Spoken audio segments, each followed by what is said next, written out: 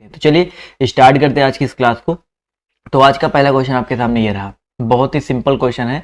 भारतीय reserve bank वाणिज्यिक बैंकों को जिस दर पर अल्पकालिक ऋण देता है उसे क्या कहते हैं। ये शायद क्वेश्चन पहले भी मैं करवा चुका हूँ इस तरह का एक क्वेश्चन। तो आप सभी लोग इसका जवाब जो है देते हुए चलिएगा। Repo rate, reverse repo rate, bank दर या नकद आरक्षित दर। जितने लोग यहाँ पर जुड़े हुए हैं सभी लोग इस प्रश्न को देखेंगे और सभी लोग यहाँ पर जवाब देने का प्रयास करेंगे। चलिए, काफी लोग के जवाब देखिए यहाँ पे बिल्कुल सही आ रहे हैं।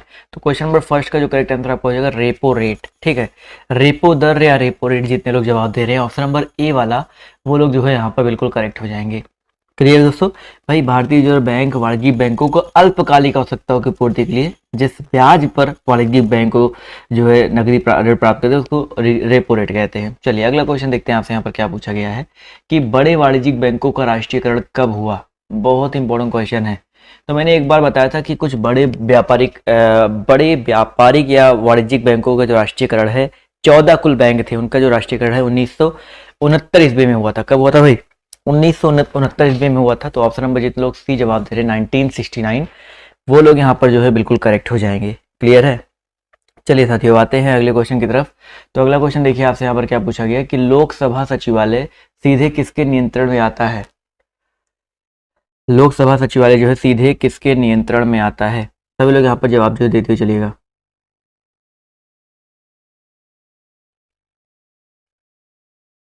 एक मिनट चाहिए और अभी जवाब देते हुए चलेगा।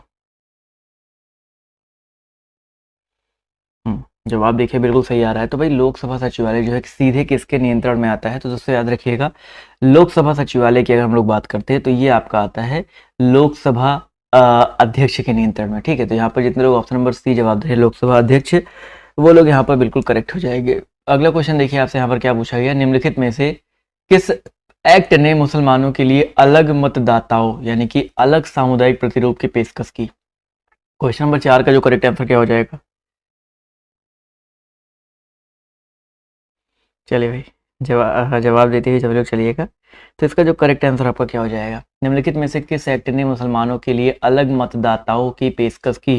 तो 4 नंबर क्वेश्चन का जो करेक्ट आंसर है देखिए 1909 एक्ट ऑफ जो आपका भारतीय परिषद नियम 1909, जिसको हम लोग एक और नाम से जानते हैं, किसी को आइडिया है? मार्ले मिंटो सुधार। ये बेसिकली पारित किया गया था, यूके की पार्लियामेंट द्वारा पारित किया गया था। तो यहाँ पर याद रखिएगा ऑप्शन नंबर बी जितने लोग जवाब दे रहे हैं वो लोग यहाँ पर बिल्कुल करेक्ट हो जाएंगे। अगला क्वेश्चन देखिए आपसे यहाँ पर क्या पूछा गया, ध्यान से देखिएगा और सभी लोग जवाब देने का प्रयास कीजिए। चोलों के समय बृहदेश्वर मंदिर कहाँ पर स्थित है। क्वेश्चन नंबर 5 है, इसका जवाब देते हुए चलिएगा। चोलों के समय जो आपका बृहदेश्वर मंदिर है आपका कहाँ पर अवस्थित है।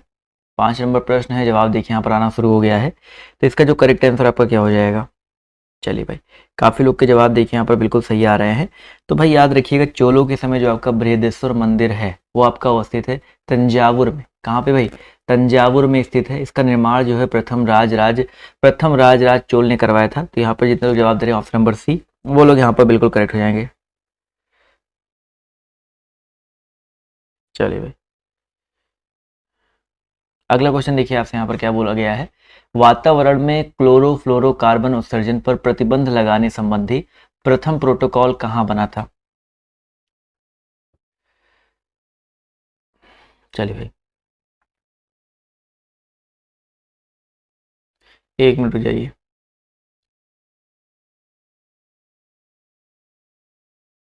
चलिए जवाब देखिए यहाँ पर आना शुरू हो गया। तो वातावरण में CFC क्लोरोफ्लोरोकार्बन उत्सर्जन प्रतिबंध लगाने संबंधी प्रथम प्रोटोकॉल जो है कहाँ पे बना था। ये बना था दोस्तों आपका मॉन्ट्रियल में। मॉन्ट्रियल प्रोटोकॉल के नाम से ये फेमस भी है 1997 में। ठीक है, कनाडा का एक नगर पड़ता है मॉन्ट्रियल, वहां पर ये हुआ था। तो ऑप्शन नंबर जितने लोग ये जवाब दे रहे हैं वो लोग यहाँ पर बिल्कुल करेक्ट हो जाएंगे। अगला क्वेश्चन देखिए आपसे क्या पूछा गया है कि रक्त समूह यानी कि ब्लड ग्रुप की खोज किसने की थी। रक्त समूह ब्लड ग्रुप, कई बार मैंने आपको इसके बारे में बहुत डिटेल में बता रखा है। तो इसकी खोज जो है किसने की थी। 4 तरह के रक्त समूह होते हैं ना।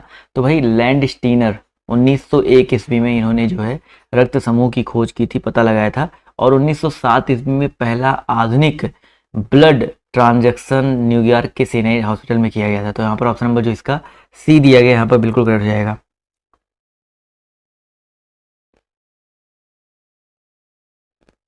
चलिए अगला क्वेश्चन देखिए आपसे यहाँ पर क्या बोला गया है, ध्यान से देखिएगा। जो प्रोग्राम एक सिस्टम के फंक्शन को दूसरे सिस्टम पर नकल करेगा उन्हें क्या कहते हैं? जो प्रोग्राम एक सिस्टम के फंक्शन को दूसरे सिस्टम पर नकल करेगा उन्हें क्या कहते हैं? इसके बाद भी एक क्लास चलती है, आई होप उसका आइडिया आप सभी को होगा। नीचे डिस्क्रिप्शन बॉक्स चेक करेंगे तो आपको उस क्लास का लिंक देखने को मिल जाएगा। और साथ ही साथ दोस्तों आपको बताना चाहूँगा कि अगर आपने अभी तक वीडियो को लाइक नहीं किया तो क्या कर रहे हो, लाइक कर दो ना।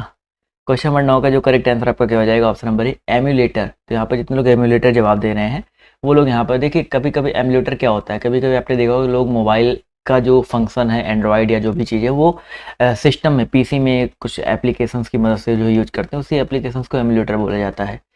अगला क्वेश्चन पूछा गया है कि लौह अयस्क से लोहा विनिर्मित करने की प्रक्रिया को क्या कहते हैं?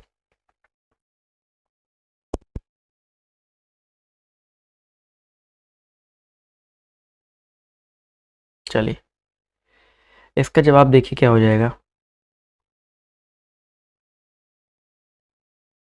एक मिनट चाहिए। चलिए जवाब देखिए यहाँ पर आना शुरू हो गया है, तो उससे याद रखिएगा अपचयन। लौह अयस्क के लोहा विनिर्मित करने की प्रक्रिया को अपचयन कहते हैं। तो जितने लोग यहाँ पर ऑप्शन नंबर बी जवाब दे रहे हैं वो लोग करेक्ट हो जाएंगे, ठीक है। चलिए बहुत ही अच्छा क्वेश्चन है। अगला क्वेश्चन देखिए आपसे यहाँ पर क्या पूछा गया है, ध्यान से देखिएगा कि वर्षा वन में किस पेड़ की छत्र के नीचे जो वनस्पति उगती है उसे क्या कहते हैं? देखिए वर्षा वन में आपने देखा है कि पेड़ों के छत्र के नीचे, भाई किसी पेड़ के छत्र के नीचे जो वनस्पति उगती है उसे हम लोग क्या कहते हैं? बहुत इंपॉर्टेंट क्वेश्चन है। तो उसको क्या कहा जाता है दोस्तों? Under story. Very important question भाई। अंडर स्टोरी किसी जंगल या जंगली क्षेत्रों में वनस्पति के नीचे पाई जाने वाली परत होती है और मुख्यतः पेड़ और झाड़ियाँ फॉरेस्ट तथा फॉरेस्ट की जमीन के बीच में ही उगते हैं। तो ऑप्शन नंबर जितने लोग सी जवाब दे रहे हैं वो लोग यहाँ पर बिल्कुल करेक्ट हो जाएंगे। अगला क्वेश्चन पूछा गया है कि रोल इन शब्द इनमें किसमें प्रयुक्त होता है? रोल इन शब्द जो है किसमें प्रयुक्त होता है? 12 नंबर क्वेश्चन है, सभी लोग जवाब जो देते हुए चलिएगा। इसका जो करेक्ट आंसर आपका क्या हो जाएगा? जवाब देखिए बिल्कुल सही आ रहा है। तो क्वेश्चन नंबर 12 की अगर हम बात करते हैं तो याद रखिएगा option number C, role in शब्द जो है प्रयोग हॉकी खेल में किया जाता है। तो जितने लोग यहाँ पर सी जवाब दे रहे हैं वो लोग यहाँ पर बिल्कुल करेक्ट हो जाएंगे। अगला क्वेश्चन पूछा गया कि निम्नलिखित विकल्पों में से भारत का सबसे व्यस्त अंतर्राष्ट्रीय बंदरगाह कौन सा है? वेरी इंपॉर्टेंट क्वेश्चन है, सभी लोग जवाब जो है देते हुए चलिएगा। जवाब देखिए यहाँ पर आना शुरू हो गया है। तो याद रखिए दोस्तों मुंबई जितने लोग जवाब दे रहे हैं वो लोग यहाँ पर बिल्कुल करेक्ट हो जाएंगे। अगला क्वेश्चन देखिए आपसे यहाँ पर क्या पूछा गया है, भारत के संविधान की उद्देशिका में धर्मनिरपेक्ष शब्द कौन से संविधान से जोड़ा गया? बहुत इंपॉर्टेंट क्वेश्चन है भाई। चलिए भाई, पंथ निरपेक्ष, धर्मनिरपेक्ष, राष्ट्र की अखंडता, समाजवादी, ऐसे जो शब्द हैं 42वें संविधान संशोधन में जोड़े गए थे। 42 नंबर के जो अमेंडमेंट हुआ था, तो यहाँ पर ऑप्शन नंबर जो इसका बी दिया गया यहाँ पर बिल्कुल करेक्ट हो जाएगा। चलिए अगला क्वेश्चन देखिए आपसे कहाँ पूछा गया है, ध्यान से देखिएगा। अगले क्वेश्चन की अगर हम बात करते हैं तो इनकलाब जिंदाबाद का नारा किसने दिया था? इनकलाब जिंदाबाद ये नारा जो है किसने दिया था? बहुत इंपॉर्टेंट और शायद आई होप सबको पता होगा, भगत सिंह का नारा था, ठीक है। इनकलाब जिंदाबाद, क्रांति की जंग हो, इसका मतलब क्या होता है भाई? क्रांति की जंग हो, इनकलाब जिंदाबाद। इस नारे को भगत सिंह ने और उनके साथियों ने दिल्ली असेंबली में 8 अप्रैल 1929 ईस्वी को एक धमाका करने वाले बम फोड़ते हुए जो है बुलंद किया था इनकलाब जिंदाबाद का नारा। अगला क्वेश्चन पूछा गया कि विश्व की सबसे बड़ी coral reef, great barrier reef कहाँ पर स्थित है? 16 नंबर क्वेश्चन का जवाब जो है देते हुए चलिएगा।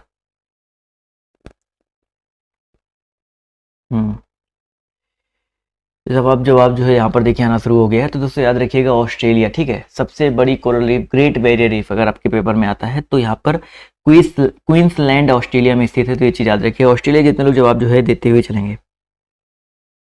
चलिए बिल्कुल सही बात है, जवाब देखिए यहाँ पे बिल्कुल सही है। अगला क्वेश्चन देखिए आपसे क्या पूछा है कि मस्तिष्क में दृश्य सूचना के विकोडन और व्याख्या का संबंध किससे है? चलिए भाई जवाब जो है देते हुए चलिएगा। जवाब देखिए आना शुरू हो गया है। तो मस्तिष्क में दृश्य सूचना के विकोडन और व्याख्या का संबंध जो है कौन से भाग में है, तो आपको ये बताना है। तो याद रखिए दोस्तों यहाँ पर कनपट्टी की जो पाली होती है, कनपट्टी और पीछे वाली होती है, एक मध्य पाली होता है, एक आपका पश्च पाली, एक आपका सामने वाला होता है। तो ये तो टोटल होते हैं। तो यहाँ पर कनपट्टी जितने लोग जवाब दे रहे हैं वो लोग यहाँ पर बिल्कुल करेक्ट हो जाएंगे। अगला क्वेश्चन देखिए आपसे क्या पूछा है, फ्लेमिंग का वाम हस्त का नियम किससे संबंधित है? बचपन में मतलब बहुत पढ़ रखा होगा क्लास 11-12 में। फ्लेमिंग का बाएं हाथ का नियम बताओ भाई। आप लोग ऐसे एल बना लेते थे हाथों से और करते थे, सीखते थे। जो लोग साइंस साइड वाले होंगे उनको अच्छे से पता होगा। तो धारा पर चुंबकीय क्षेत्र, ठीक है। जितने लोग यहाँ पर जवाब दे रहे हैं ऑप्शन नंबर डी, वो लोग यहाँ पर बिल्कुल करेक्ट हो जाएंगे। अगला क्वेश्चन पूछा गया, एक घोल किसका कोलाइडी विलयन होता है?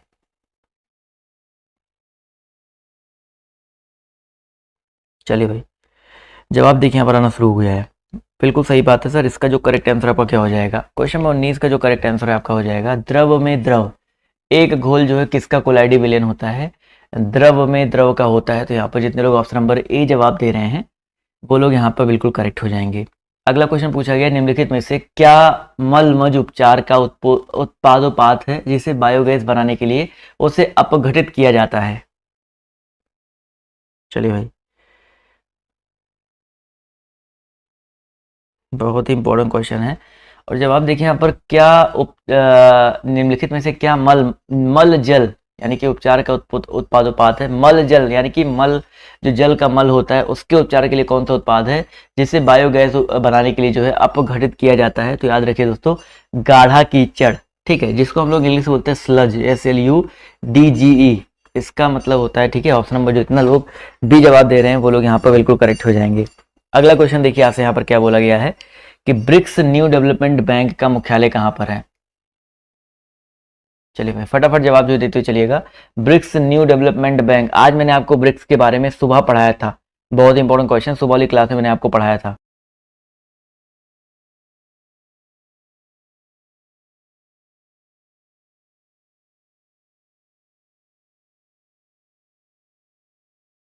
जवाब देखिए यहाँ पर आना शुरू हो गया, माफ कीजिएगा, आवाज अभी आ रही है ना? ब्रिक्स का मुख्यालय जो है कहाँ पर है? तो 21 का जो करेक्ट आंसर आपको हो जाएगा संघाई। जितने लोग संघाई जवाब दे रहे हैं ऑप्शन नंबर ए, वो लोग यहाँ पर बिल्कुल करेक्ट हो जाएंगे। अगला क्वेश्चन पूछा है, निम्नलिखित में से कौन सा इराकी शहर टिग्रिस नदी के किनारे बसा हुआ है? टिग्रिस नदी के किनारे, बहुत इंपॉर्टेंट क्वेश्चन है, आई होप सबको पता होगा। सभी लोग जवाब जो है देते हुए चलिएगा। तो टिग्रिस नदी के किनारे जो आपका बगदाद है, ठीक है, बगदाद जितने लोग जवाब दे रहे हैं, इराक की राजधानी है और ये टिग्रिस नदी के किनारे अवस्थित है, ठीक है। तो जितने लोग यहाँ पर जवाब दे रहे हैं ऑप्शन नंबर ए, वो लोग यहाँ पर बिल्कुल करेक्ट हो जाएंगे। अगला क्वेश्चन पूछा गया है कि मानव विकास सूचकांक कौन तैयार करता है? मानव विकास सूचकांक जो है कौन तैयार करता है? चलिए जवाब देखिए यहाँ पर आना शुरू हो गए हैं। तो बिल्कुल सही बात सर, मानव विकास सूचकांक जो आपका संयुक्त राष्ट्र विकास कार्यक्रम तैयार करता है। तो यहाँ पर ऑप्शन नंबर ए जितने लोग जवाब दे रहे हैं वो लोग यहाँ पर बिल्कुल करेक्ट हो जाएंगे। क्लियर है? चलिए साथियों, आते हैं अगले क्वेश्चन की तरफ। अगला प्रश्न देखिए आपसे यहाँ पर क्या पूछा गया, ध्यान से देखिएगा। एक मिनट रुक जाइए। क्वेश्चन अगर हम बात करते हैं 24 के बारे में, तो उबेर कप जो है किस खेल से संबंधित है? उबेर कप सभी लोग को बताते हुए चलना है, किस खेल से संबंधित है? जवाब देखिए यहाँ पर आना शुरू हो गया है। तो इसका जो करेक्ट आंसर आपका क्या हो जाएगा? चलिए भाई, कई बार आपको इस क्वेश्चन के बारे में बता चुका हूँ। और आज वैसे भी 23 मार्च है ना। चलो भाई, अभी वो उससे याद आ गया मेरे को, 23 मार्च को क्या पड़ता है भाई? बलिदान दिवस है, ठीक है, याद रखिएगा। 23 मार्च 1931 को शहीद भगत सिंह, इस क्वेश्चन को पहले कर लो फिर मैं आपको बताता हूँ शहीद भगत सिंह के बारे में। तो 24 नंबर क्वेश्चन का जो करेक्ट आंसर आपका हो जाएगा बैडमिंटन, ठीक है, बैडमिंटन से संबंधित है। तो ये चीज़ याद रखिएगा, बहुत इंपॉर्टेंट क्वेश्चन है। तो भैया 23 मार्च है, सभी को पता है ना, शहीद भगत सिंह उनके 2 साथियों को फांसी दी गई थी इसी वजह से, तो आज बलिदान दिवस के रूप में आज मनाया जाता है। अगला क्वेश्चन भाई, प्याज में खाद्य पदार्थ किस रूप में संचयित होता है? प्याज में जो खाद्य पदार्थ है वो किस रूप में संचयित होता है?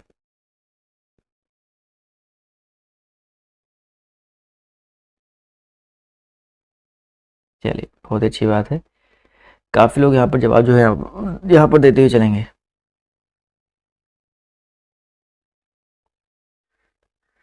जवाब देखिए यहाँ पर आना शुरू हो गया है। तो इसका जो करेक्ट आंसर आपको हो जाएगा भाई, प्याज में खाद्य पदार्थ जो होता है दोस्तों याद रखिएगा, सेल्यूलोज के रूप में जो है संचयित होता है। तो ऑप्शन नंबर जितने लोग जवाब दे रहे हैं ऑप्शन नंबर ए, वो लोग यहाँ पर जो है बिल्कुल करेक्ट हो जाएंगे। चलिए अगला क्वेश्चन देखिए आपसे यहाँ पर क्या पूछा गया है, लाभ का नव प्रवर्तन सिद्धांत जो है किसने प्रतिपादित किया था? लाभ का नव प्रवर्तन सिद्धांत, बहुत इंपॉर्टेंट क्वेश्चन है। तो भैया याद रखिएगा 26 का जो करेक्ट आंसर आपका हो जाएगा सुम्पीटर, ठीक है। लाभ का नव प्रवर्तन सिद्धांत जो है किसने? सुम्पीटर ने प्रतिपादित किया था। अगला क्वेश्चन देखिए आपसे क्या पूछा गया, पृथ्वी के वातावरण में सबसे ज्यादा पाया जाने वाला तत्व कौन सा है? पृथ्वी के वातावरण में सबसे ज्यादा पाया जाने वाला तत्व जो है आपका कौन सा है? क्वेश्चन नंबर 27 है। जवाब देखिए यहाँ पर आना शुरू हो गया है। तो 27 का जो करेक्ट आंसर आपका क्या हो जाएगा। 27 की अगर हम बात करते हैं तो इसका जो सही उत्तर है आपका हो जाएगा नाइट्रोजन। ठीक है, पृथ्वी के वातावरण में सबसे ज़्यादा पाया जाने वाला तत्व आपका नाइट्रोजन है। अगला क्वेश्चन पूछा गया है कि वह प्रथम भारतीय कौन थे जो ब्रिटिश हाउस ऑफ कॉमन्स के सदस्य चुने गए। वह प्रथम भारतीय कौन थे जो ब्रिटिश हाउस ऑफ कॉमन्स के सदस्य जो आपके चुने गए थे। तो जितने लोग यहाँ पर ऑप्शन नंबर जवाब दे रहे हैं भाई साहब बी, Dadabhai Naoroji, grand old man of India के नाम से भी इनको जाना जाता है। कई बार इनके बारे में आपको बता चुका हूँ। तो ये जो है पहले भारतीय थे। ठीक है, चलिए अगला क्वेश्चन देखिए आपसे यहाँ पर क्या पूछा गया है। मोहम्मद बिन तुगलक ने अपनी राजधानी कहाँ से कहाँ बदली थी। वेरी इंपॉर्टेंट क्वेश्चन है, इसका जवाब जो है देते हुए चलिएगा। मोहम्मद बिन तुगलक ने अपनी राजधानी जो है कहाँ से कहाँ पे बदली थी। तो क्वेश्चन नंबर 29 है, जवाब देखिए बिल्कुल सही आ रहा है, दिल्ली से देवगिरी। ठीक है, मोहम्मद बिन तुगलक ने दिल्ली से देवगिरी, और उसका नाम देवगिरी का नाम क्या कर दिया था भाई, दौलताबाद कर दिया था। ठीक है, तो दिल्ली से दौलताबाद कह सकते हैं। तो यहाँ पर ऑप्शन नंबर जो इसका सी दिया गया करेक्ट हो जाएगा। चलिए भाई अगला क्वेश्चन देखिए आपसे यहाँ पर क्या बोला गया है, ध्यान से देखिएगा। किस राजवंश के शासनकाल में चीन की ग्रेट वॉल का निर्माण हुआ। क्वेश्चन नंबर आपका यहाँ पर देखिए 30 है, सभी लोग यहाँ पर जवाब जो देते हुए चलेंगे। इसका जो करेक्ट आंसर आपका क्या हो जाएगा। क्वेश्चन पूछा गया भाई किस राजवंश के शासनकाल में चीन की ग्रेट वॉल का जो है निर्माण हुआ था। वेरी इंपॉर्टेंट क्वेश्चन है। तो क्वेश्चन नंबर 30 का जो करेक्ट आंसर आपका हो जाएगा चिन। इसको याद रखिएगा, चिन राजवंश के शासनकाल में चीन की ग्रेट वॉल का जो निर्माण है आपका हुआ था। तो ऑप्शन नंबर जो इसका डी दिया गया यहाँ पर बिल्कुल करेक्ट हो जाएगा। चलिए अगला क्वेश्चन देखिए आपसे यहाँ पर क्या पूछा गया, ध्यान से। अब चीन की बात करते हैं तो चीन के प्रथम सम्राट की अगर हम बात करते हैं तो चीन राजवंश था और इसके प्रथम सम्राट थे क्वेन सी हुआंग। क्वेन सी हुआंग करके थे। तो उन्होंने जो बेसिकली सी हुआंग करके थे, उन्होंने जो है इसका निर्माण करवाया था। अगला क्वेश्चन पूछा गया पथरीले रेगिस्तानों में एक दिशा में लगातार चलने वाली हवाएं क्या बनाती हैं। सब लोग बताते हुए चलिएगा। क्वेश्चन नंबर 31 का जो करेक्ट आंसर आपका क्या हो जाएगा। 31 है, सभी लोग जवाब जो है देते हुए चलिएगा। 31 है, जवाब देखिए यहाँ पर आना शुरू हो गया है। तो यारडोंग, तो ऑप्शन नंबर जितने लोग सी जवाब दे रहे हैं यारडोंग, वो लोग यहाँ पर जो है बिल्कुल करेक्ट हो जाएंगे। चलिए भाई अगला क्वेश्चन देखिए आपसे क्या पूछा गया है। स्पाइगन स्पाइगमो मैनोमीटर जो है निम्नलिखित में से किसमें रक्तदाब को मापता है। पता है, सिराओं, आंखों, धमनियों या श्लेष्मक। सभी लोग इसका जवाब जो देते हुए चलेंगे। क्वेश्चन नंबर 32 का जो करेक्ट आंसर आपका क्या हो जाएगा। तो 32 की अगर हम बात करते हैं तो यहाँ पर धमनियों में। ठीक है, जितने लोग धमनी जवाब दे रहे हैं ऑप्शन नंबर बी, वो लोग यहाँ पर जो है बिल्कुल करेक्ट हो जाएंगे। अगला क्वेश्चन देखिए आपसे यहाँ पर क्या पूछा गया, ध्यान से देखिएगा। चलिए बहुत ही अच्छी बात है, काफ़ी लोग के जवाब देखिए यहाँ पर बिल्कुल सही आ रहे हैं। तो इसका जो करेक्ट आंसर आपका क्या हो जाएगा, बिल्कुल सही जवाब आ रहा है सर। इसकी अगर हम बात करते हैं तो इसका जो करेक्ट आंसर आपका क्या हो सकता है। तो 32 हो गया। 33 की बात करते हैं तो एक्स किरणों का उत्सर्जन प्रतिकूल प्रभाव क्या है। ये बहुत इंपॉर्टेंट क्वेश्चन है। एक्स किरणों के उत्सर्जन का प्रतिकूल प्रभाव जो आपका क्या है। सभी लोग इसका जवाब जो देते हुए चलेंगे। इसका जो करेक्ट आंसर आपका क्या हो जाएगा।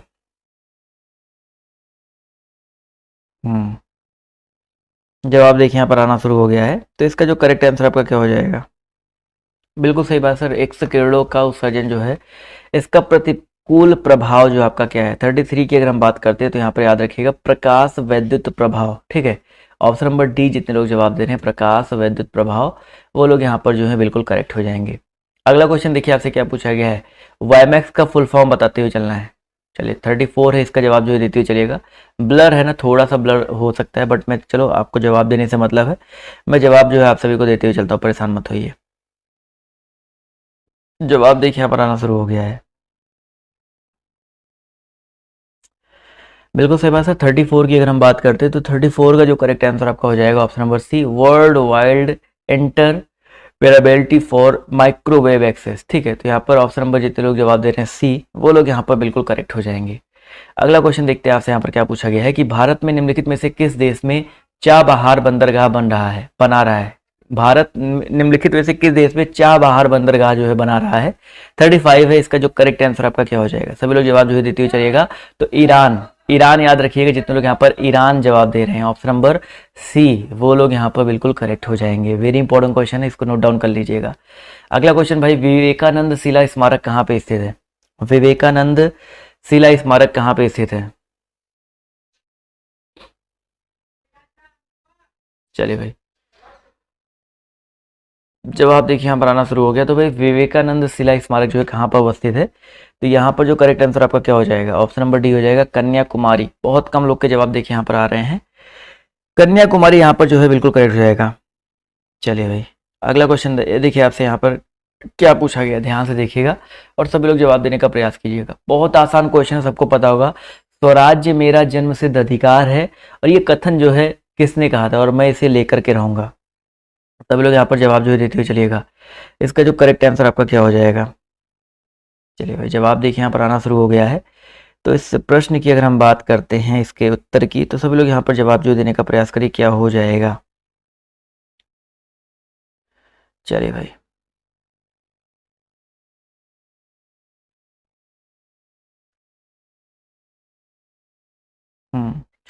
जवाब देखिए आना शुरू हो गया। तो यहाँ पर बाल गंगाधर तिलक बिल्कुल सही जवाब है सर। बाल गंगाधर तिलक जितने लोग जवाब दे रहे हैं ऑप्शन नंबर डी, वो लोग यहाँ पर बिल्कुल करेक्ट हो जाएंगे। गरम दल के नेता थे लाल बाल पाल, बाल गंगाधर तिलक, लाला लाजपत राय और पाल आप बिपिन चंद्र पाल। विश्व की सबसे लंबी और सबसे गहरी रेल सुरंग गोथाई बेस सुरंग जो है किस देश में अवस्थित है। चलिए भाई गोथाई बेस सुरंग जो है किस देश में अवस्थित है, सभी लोग जवाब जो है देते हुए चलिएगा। चलिए भाई क्वेश्चन आपके यहाँ पर देखिए 38 है, जवाब देखिए आना शुरू हो गया है। तो याद रखिएगा स्विट्जरलैंड, ठीक है। स्विट्जरलैंड जितने लोग जवाब दे रहे हैं ऑप्शन नंबर सी, वो लोग जो है यहाँ पर बिल्कुल करेक्ट हो जाएंगे। क्लियर है। अगला क्वेश्चन देखिए आपसे यहाँ पर क्या पूछा गया है, ध्यान से देखिएगा। क्वेश्चन नंबर अगर हम बात करते हैं किसके बारे में भाई, क्वेश्चन नंबर 39 के बारे में बात करते हैं। तो सीडो का संबंध किसके विकास से है, सीडो का संबंध जो आपका किसके विकास से है, सभी लोग यहाँ पर जवाब जो देते हुए चलिएगा। इसका जो करेक्ट आंसर आपका क्या हो जाएगा। जवाब देखिए यहाँ पर आना शुरू हो गया। तो सीडो की बात करते हैं, तो इसका संबंध जो आपका किसके विकास से है, लघु उद्योग। देखो SIDO, SIDO small industries development organisation 1954 में इसकी स्थापना हुई थी, और ये लघु उद्योग से संबंधित है। अगला क्वेश्चन पूछा गया व्हीलर द्वीप का नया नाम बताओ क्या भाई, व्हीलर द्वीप का नया नाम जो बताते हुए चलिएगा क्या है। जवाब देखिए यहाँ पर आना शुरू हो गया। तो क्वेश्चन नंबर 40 का जो करेक्ट आंसर आपका क्या हो जाएगा, बिल्कुल सही जवाब है सर। व्हीलर द्वीप की अगर हम बात करते हैं, तो इसका जो करेक्ट आंसर आपका हो जाएगा अब्दुल कलाम द्वीप। वेरी वेरी इंपॉर्टेंट क्वेश्चन है। अब्दुल कलाम द्वीप जितने लोग जवाब दे रहे हैं, वो लोग यहाँ पर बिल्कुल करेक्ट हो जाएंगे। अगला क्वेश्चन पूछा गया मोहनजोदड़ो में सबसे बड़ी इमारत कौन सी है, मोहनजोदड़ो में सबसे बड़ी इमारत जो आपकी कौन सी है। क्वेश्चन नंबर 41 है, इसका जवाब जो देते हुए चलिएगा। तो 41 का जो करेक्ट आंसर आपका हो जाएगा दोस्तों ग्रेट ग्रैनरी, ठीक है। मोहनजोदड़ो में सबसे बड़ी इमारत कौन सी भाई, ग्रेट ग्रैनरी है। तो जितने लोग यहाँ पर ऑप्शन नंबर बी जवाब दे रहे हैं, वो लोग यहाँ पर बिल्कुल करेक्ट हो जाएंगे। चलिए अगला क्वेश्चन देखिए पूछा गया है सूचना के रूप में दूर संवेदी डाटा दर्शाने का एक सामान्य फॉर्म किस रूप में विकसित है। क्वेश्चन नंबर 42 है, इसका जवाब जो है सभी लोग देते हुए चलिएगा। सूचना के रूप में दूर संवेदी डाटा दर्शाने के लिए एक सामान्य फॉर्म जो है किस रूप में है, तो यहाँ पर जो है इसका जो करेक्ट आंसर आपका क्या हो जाएगा, ऑप्शन नंबर ए हो जाएगा भाई विषय का मानचित्र, ठीक है। विषय का मानचित्र जितने लोग जवाब दे रहे हैं ऑप्शन नंबर ए, वो लोग यहाँ पर जो है बिल्कुल करेक्ट हो जाएंगे। वेरी इंपॉर्टेंट क्वेश्चन है, काफी लोग यहाँ पर देखिए सही जवाब दे रहे हैं। भाखड़ा नागल परियोजना वेरी इंपॉर्टेंट क्वेश्चन है। इस परियोजना से कई बार आपके पेपर में क्वेश्चन, बहुत सारी परियोजनाओं से जो आपके पेपर में क्वेश्चन जो है बार बार रिपीट करके रिपीट मोड में पूछे जाते हैं। तो पंजाब और हिमाचल, ठीक है, पंजाब और हिमाचल में आपका ये सतलुज नदी पर अवस्थित है। तो यहाँ पर जितने लोग सतलुज जवाब दे रहे हैं, बोले तो ऑप्शन नंबर बी जवाब दे रहे हैं, वो लोग यहाँ पर बिल्कुल करेक्ट हो जाएंगे। क्लियर है। चलिए साथियों आते हैं अगले क्वेश्चन पर। तो सौर सेलों के जिस समूह को एक निश्चित पैटर्न में एक साथ जोड़ दिया जाता है उसे क्या कहते हैं। 44 नंबर क्वेश्चन है, सभी लोग यहाँ पर जवाब जो देते हुए चलिएगा। इसका जो करेक्ट आंसर आपका क्या हो जाएगा, जवाब देखिए यहाँ पर आना शुरू हो गया है। तो इसका जो करेक्ट आंसर आपका क्या हो जाएगा 44, इसकी अगर हम बात करते हैं तो इसका जो करेक्ट आंसर आपका हो जाएगा सौर सेल पैनल, ठीक है। सौर सेल पैनल जितने लोग जवाब दे रहे हैं बिल्कुल सही बात है। ऑप्शन नंबर जितने लोग डी जवाब दे रहे हैं, वो लोग यहाँ पर बिल्कुल करेक्ट हो जाएंगे। चलिए भाई अगला क्वेश्चन देखिए आपसे यहाँ पर क्या पूछा गया, ध्यान से देखिएगा। क्वेश्चन अगर हम बात करते हैं 45 के बारे में, तो सीमेंट का रासायनिक संयोजन जो आपका क्या है, सीमेंट का रासायनिक संयोजन जो आपका क्या है। 45 नंबर क्वेश्चन है, सभी लोग यहाँ पर जवाब जो देने का प्रयास करेंगे। चूना पत्थर मिट्टी और जिप्सम, जितने लोग यहाँ पर जवाब दे रहे हैं ऑप्शन नंबर बी, वो लोग यहाँ पर बिल्कुल करेक्ट हो जाएंगे। चूना पत्थर मिट्टी और जिप्सम, तो जितने लोग यहाँ पर ऑप्शन नंबर बी जवाब दे रहे हैं, वो लोग यहाँ पर बिल्कुल करेक्ट हो जाएंगे। अगला क्वेश्चन देखिए आपसे क्या पूछा गया है, मुख्य समुद्र से, एक मिनट रुक जाइए, अब जवाब दीजिए, अब दीजिए जवाब।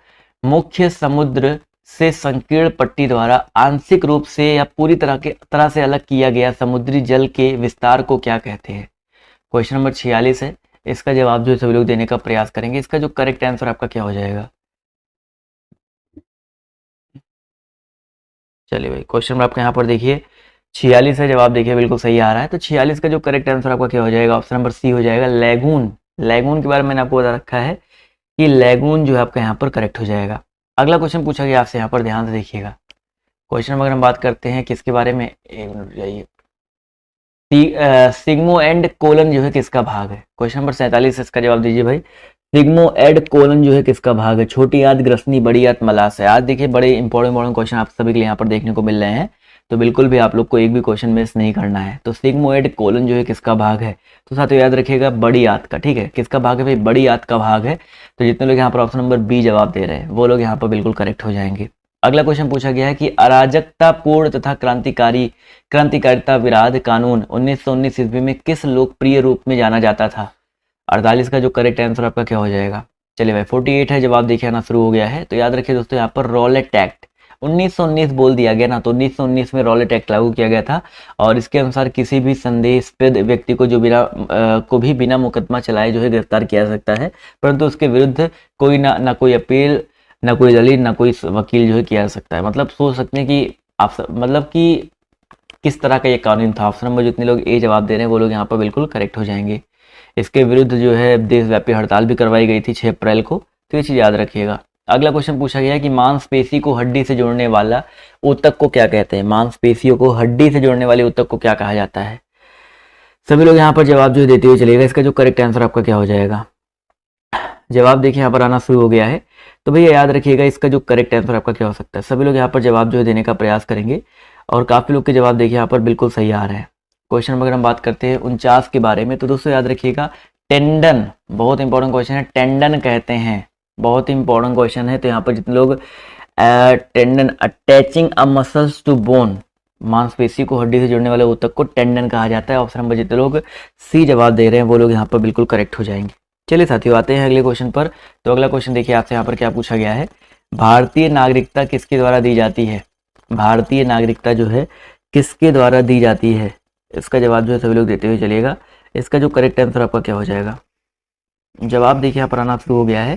तो अगर हम बात करते हैं दोस्तों भारतीय नागरिकता के बारे में, तो भारतीय नागरिकता जो है दी जाती है, देखिए भारतीय नागरिकता की बात हो रही है, भारत के राष्ट्रपति। वैसे भारतीय नागरिकता जो है संबंधी जो प्रावधान है वो आपको संविधान के भाग 2 अनुच्छेद 5 से 11 के बीच में देखने को मिल जाएगा। और ये जो दायित्व तो सौंपा गया है गृह मंत्रालय को सौंपा गया है। ठीक है, गृह मंत्रालय को ये दायित्व सौंपा गया है।